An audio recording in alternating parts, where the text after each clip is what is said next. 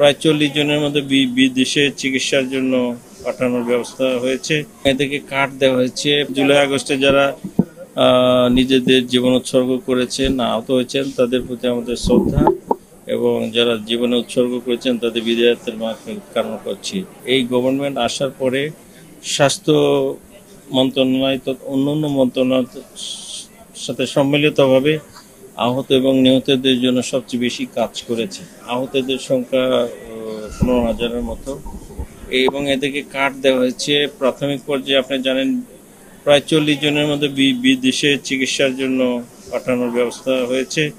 এগুলো চলছে, তবে সার্বিক ব্যবস্থাপনা এখন স্বাস্থ্য মন্ত্রণালয় মুক্তিযোদ্ধা মন্ত্রণালয়কে হ্যান্ড ওভার করেছে।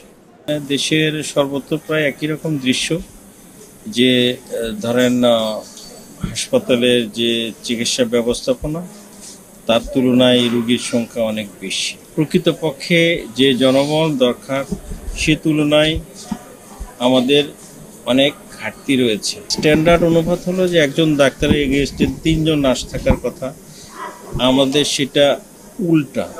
ডাক্তারদের সংখ্যা বেশি, নার্সের সংখ্যা কম। যেমন এখানে 100 বেডের হাসপাতালকে 250 বেডের হাসপাতালে কনভার্ট করার জন্য বিল্ডিং হচ্ছে, কিন্তু সঙ্গে সঙ্গে যে জনবলের দরকার এগুলোর জন্য অর্গানোগ্রাম পাস করতে হয়, সেগুলো পাঠাইতে হয়।